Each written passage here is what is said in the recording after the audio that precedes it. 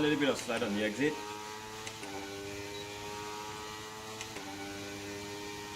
This is the best we've done so far. Let's just take it even if we invalidate the last corner.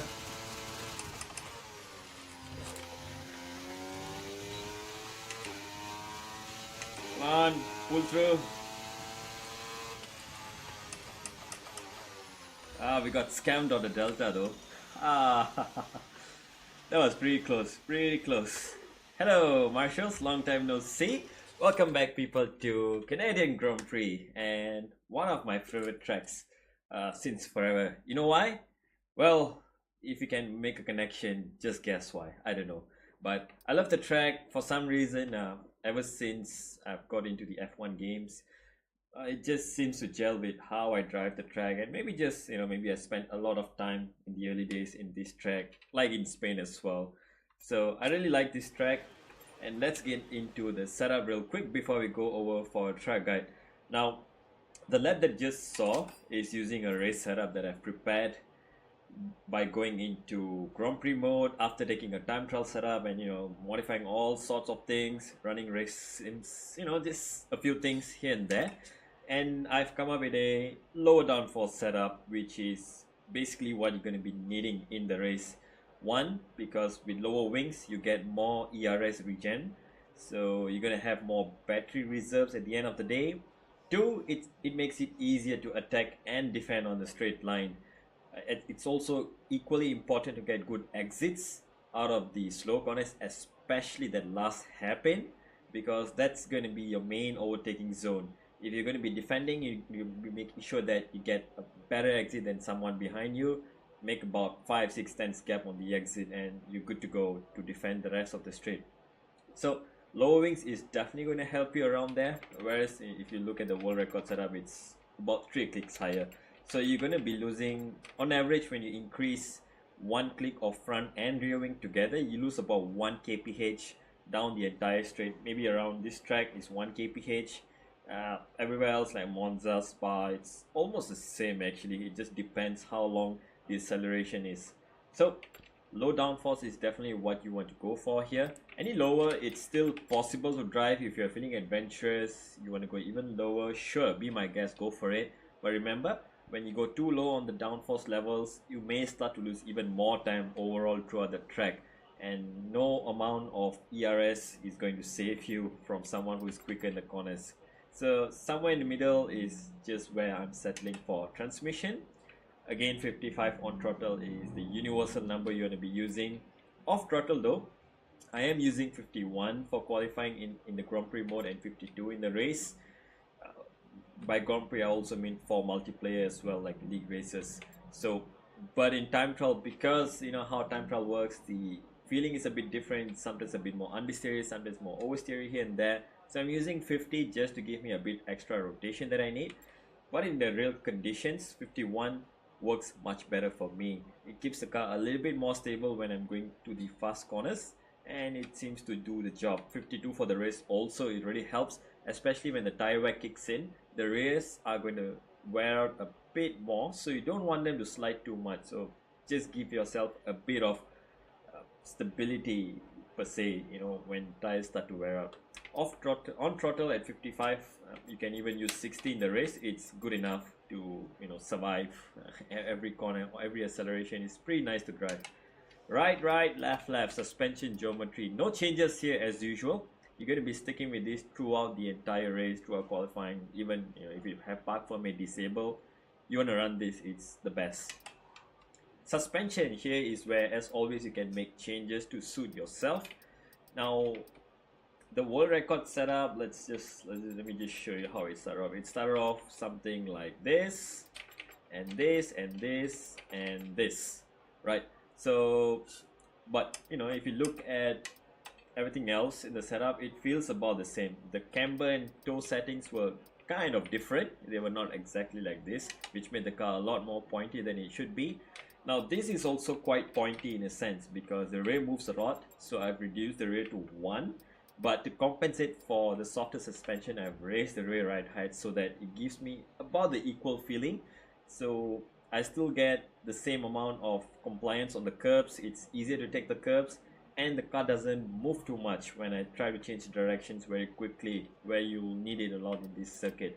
And front anti-roll bar as well, you'll notice like on the exits of corners, sometimes the car just doesn't want to go straight. It keeps rotating and rotating, and you can always improve that by increasing your front anti-roll bar. So I've gone with 2, and I've also increased the rear anti-roll bar by 1, just because, you know, going up by 2 gave me the balance that I need on exits, but on entries it was a little bit sluggish. So increasing the rear anti-roll bar, just click, gave me the rotation that I need into the corners so I can line up the exits. So it's very dynamic, you can always play around with it. Front right hand, I've left it the same. You can always increase it if you feel like you want to, you know, be more adventurous on the curves, but you don't have to take the curves too aggressively this year either way. Brake bias 55%. This is what I felt was okay, and I was shuffling between 54 and 55 for a hot lap there, and that's absolutely going to be necessary here, especially given how the car balance changes. And that's uphill and, you know, squiggly corners and all that stuff. So you want something front biased for heavier braking zone like the last hairpin, and also, you know, wherever there's heavy braking zones. Everywhere else you can always use 54 so that the car rotates a bit more on entry and mid corner. But in the race, 55, 56 works just nice. You may even have to go 57 if your tires are starting to wear out too much on the rear, to protect the race a little bit for a while, and then go back to 56 or 55. Tire pressures, I have gone up to 5 clicks on all tires, just felt equally nice. Minimum pressures also work, but this is something that worked for me in the conditions when it was super sunny. But if it's a bit overcast and whatnot, you can probably get away with higher pressures around here. Then again, you have to make sure the pressures that you run are suitable for the mediums and hard tires, which are going to be your main race tires in the race. Qualifying, you can always go higher or lower depending on, you know, how much the tires heat up. So there we go. 28-26 setup, 28-26 wings, my bad. And 55-51 is going to be your differential that you're going to be using for qualifying. 52 for the race, 60 for the race as well. Right, left geometry, 28-1, 8-2, 33, 38, right height, good old stuff here. Pretty soft and pretty high as well to take the curbs. Brakes 155, 56, 54, whichever you prefer. And tire pressures, again, whatever works for you. I'm starting off with 5 clicks. You can also go minimum, you can also go higher.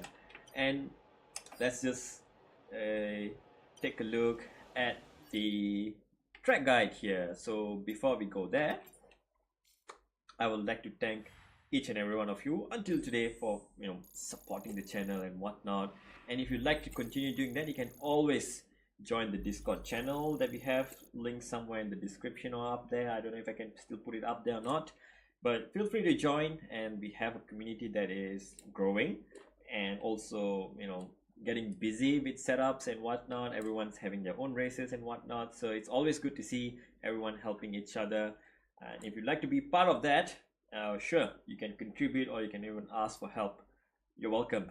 And with that, let's go to the track guide and see how you can do a lap around Canada. So let's replay our fastest lap here, which was, I don't know, whichever was it, the 760. That's the one that we got scammed by 6,000, looks like it, right? And let's see.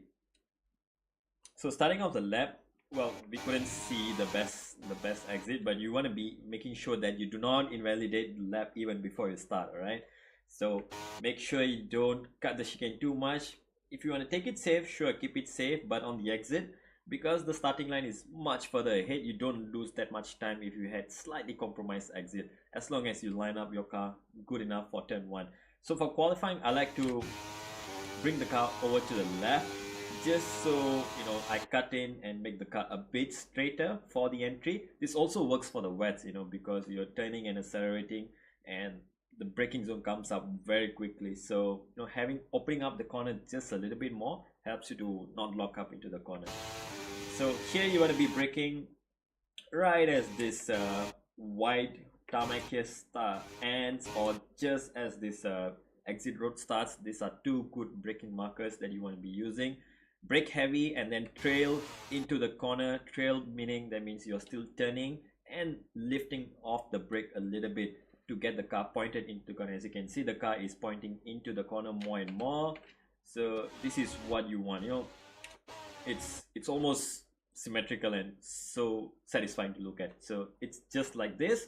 You can cut a little bit more. Of course, you want to leave a bit of margin if you are going for a banker run. And then as soon as you are into the apex, you will be somewhere in the middle of the corner, and you want to line up your car tight to the apex, because this here apparently running tight and gently accelerating out of the corner as soon as possible gains you more time than going wide. And the corner, you can also see the corner profile is slightly cambered inwards, so it helps you to rotate the car when you keep it tight. And then on the exit, you can use this exit curve quite aggressively as well if you need to. Up the gears, 5th gear, 6th gear, you can even keep in 5th, rev it out in 5th, doesn't matter, you can go up to 6th. And then here it's sort of a blind braking zone here, because you don't see the apex until you are close like this.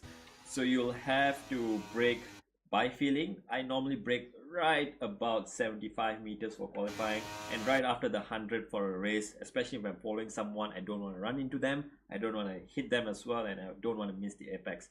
So around 75, brake hard down to 5th or 4th, throw the car into the corner, lift off fully off your brakes and get the car cranked into the corner.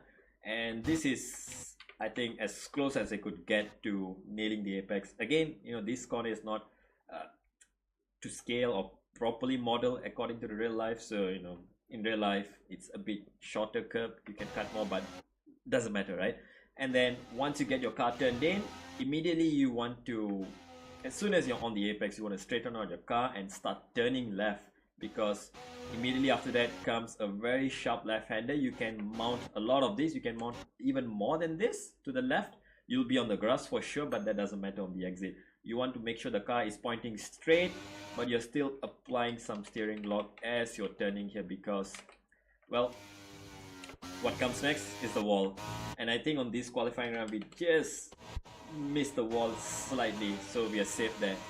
And then stay tight here on the right hand side. It gains you a few thousands that you're going to be needing to, you know, gain a few more thousands that you need. And on to the next braking zone, 100-meter board. That is where you're going to be, that is where you are going to be braking. All right, so brake in a straight line.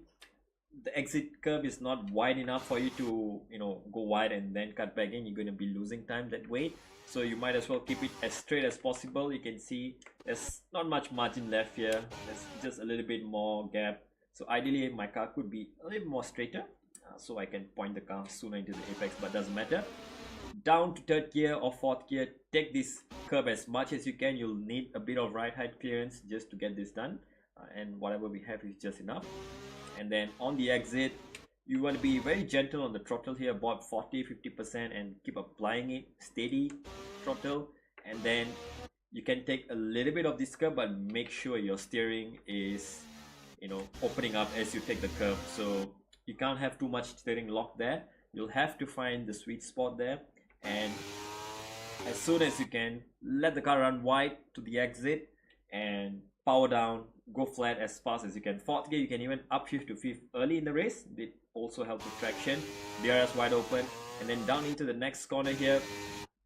It's sort of, again, sort of half blind corner here. You don't want to be using the shadow to brake. The best reference here is when you enter this pedestrian bridge, or the 100-meter board, or the black board on the left. So these are the permanent references that you can use. And as soon as you pass them, or as soon as you end this orange Qatar Airways barrier on the left here, that's where you'll be braking. And then brake heavy down into 4th gear and get the car turned in here. In ideal scenario, we want to be mounting a lot more of the inside curve. So here we ran a little bit wide, definitely lost a bit of time on the exit. And, you know, we didn't get the entry right, so we are compromised a little bit on the exit. However, this curve you definitely want to take as much as you can by being on the limit, and then let the car run wide here on the exit, straighten out, and then stay tight again to the left here.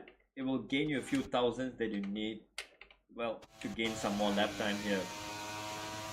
And then 7th gear, you can rev it out. You don't have to shift up to 8 at all. Even in qualifying, you can just let it rev out in 7th gear. It helps to slow down the car quicker with engine braking into the next corner here. 54, 55 brake bias, 100-meter board, and somewhere in between. If you can brake later at 75 and carry the speed by trail braking, or you want to brake earlier and carry more momentum around the corner, either way will work. So I just brake right around 75, 80 meters and then get the car turned in. This time we went a little bit wide on the entry. Third gear is what you want to be taking into the corner to carry a bit more stability in the car and also carry more speed. You can also carry in second gear, but upshift to third on the exit. You want to be tighter than this than I did on the exit here, because you can see, let's just play it in full speed here. I'm not really hugging the apex here, and that's going to be losing a little bit of time, maybe half a tenth or tenth at best. But if you still carry good enough momentum around the outside and carry the speed on the exit, and you might even gain back that time, you know, especially if you're trying to overtake someone, it will be quite a bit beneficial. Doors wide open, and then here comes the dirtiest and trickiest corner of this track.